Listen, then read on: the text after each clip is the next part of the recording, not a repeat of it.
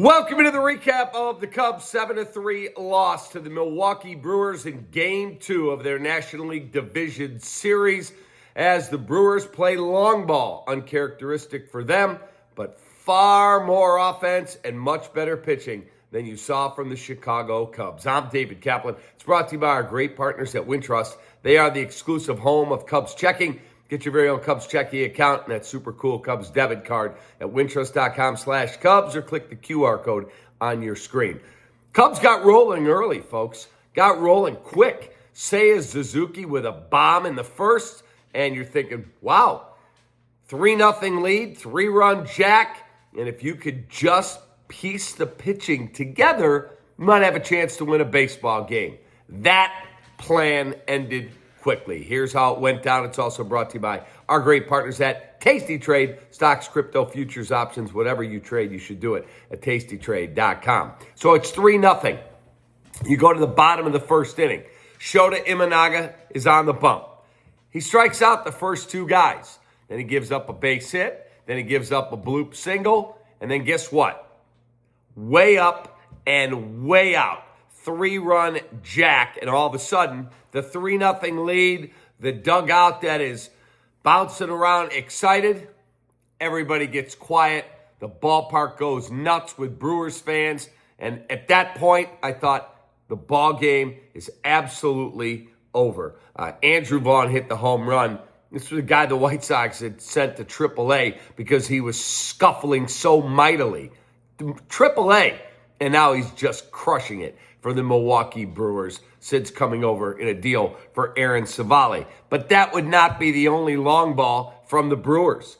They'd get a home run out of William Contreras, 4-3, and then Jackson Chourio with just a bomb to dead center, 7-3, and that's the way this one finished. Let me just tell you something right now.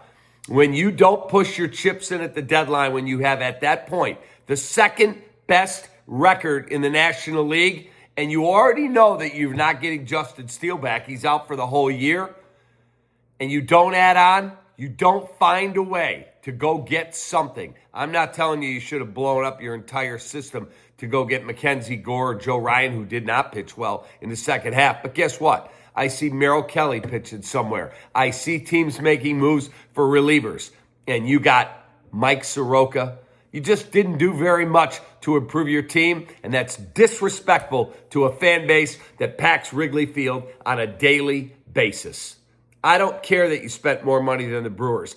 They run a better organization. They've won 3 consecutive division titles, and guess what? Somehow, some way, they keep finding really good young pitching. On their $110 million payroll, $100 million less than the Cubs, somehow Quinn Priester is over there. Somehow Mizorowski is over there. Somehow they have Brandon Woodruff.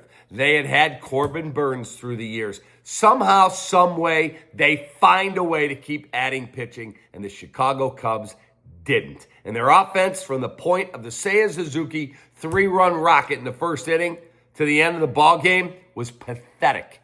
Absolutely a disgusting offensive performance. Cubs get their head kicked in. They're down 2. They come home Wednesday afternoon at 4:08 at Wrigley. It'll be packed again. They'll get great enthusiasm from the crowd. But can they come back and win 3 consecutive ball games? I wouldn't bet my money on it. Cubs lose 7-3. Here's a quick look at the starting pitching. It's not going to be pretty. It's our Hooters winging it starting pitching matchup. Imanaga, 2 2/3.